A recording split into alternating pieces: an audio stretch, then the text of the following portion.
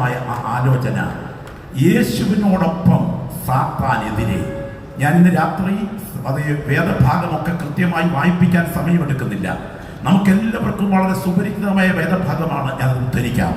യോഹന്നാന്റെ 1-ാം ലേഖനം 3-ാം അധ്യായത്തിന്റെ 8-ാമത്തെ വാക്യം. പാപം ചെയ്യുന്നവനെല്ലാം പിശാചിന്റെ മകനാകുന്നു. അതേ, പിശാച് ആദ്യം മുതൽ പാപം ചെയ്യുന്നുവല്ലോ. പിശാചിന്റെ പ്രവർത്തികളെ അഴിപ്പാൻ തന്നെ മനുഷ്യപുത്രൻ പ്രത്യക്ഷനായി.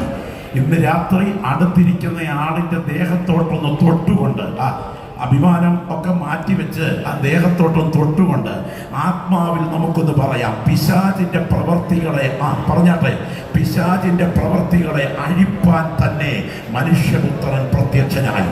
ഇന്ന് രാത്രി കടന്നു വന്നിരിക്കുന്ന ദൈവമക്കളെ, 2 കൂട്ടം ആളുകളെ ലോകത്തിലുള്ളൂ. 39,000 മൈൽ ചുറ്റളവും 40,000 മൈൽ ക്രോസ് അളവുമുള്ള ഈ പച്ചപ്പട്ട് വിരിച്ച ഭൂമിയിലെ 830 കോടി ജനങ്ങൾക്കിടയിൽ 2 കൂട്ടരേ ഉള്ളൂ. ഒന്ന് പിശാചിന്റെ മക്കൾ, മറ്റൊന്ന് ദൈവത്തിന്റെ മക്കൾ. ഏത് റേഞ്ചിനകത്താണ് താങ്കൾ ഇരിക്കുന്നതെന്ന് താങ്കളുടെ ഭാവം കണ്ടാൽ നന്നായിട്ട് മനസ്സിലാകും. എൻ്റെ കയ്യിലിരിക്കുന്ന മൊബൈൽ ഫോണിൻ്റെ റേഞ്ചിനകത്താണ് ഞാൻ ഇരിക്കുന്നതെങ്കിൽ എനിക്ക് സിഗ്നലുകൾ വന്നുകൊണ്ട്, സന്ദേശങ്ങൾ വന്നുകൊണ്ട് ഇരിക്കും.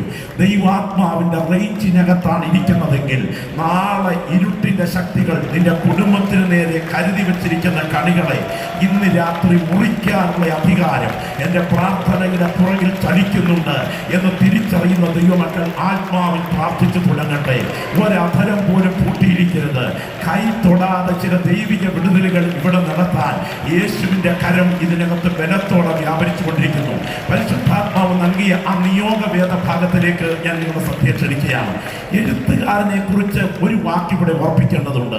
ഇത് എഴുതുന്നത് സാധാരണക്കാരനല്ല, യേശുവിൻ്റെ മാറോട് ചാരിയ അവൻ്റെ ഹൃദയത്തുടി പറഞ്ഞവനാണ് ഈ യോഹന്നാൻ. നമുക്കറിയാം, ചരിത്രം, പ്രവചനം, ഉപദേശം, ഈ 3 ഘടകങ്ങൾ പുതിയ നിയമത്തിനും പഴയ നിയമത്തിനുമുണ്ട്.